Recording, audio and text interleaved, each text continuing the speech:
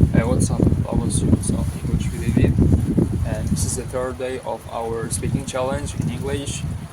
Hemen de falan bu üçüncü günde speaking challenge and today, as you can see, I'm not at home. It's an outdoor version of our public speaking challenge, and yeah, it's raining and at the same time snowing outside.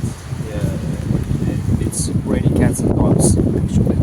And this is the first time that I see snow after I came here in Istanbul, and the weather is so lovely.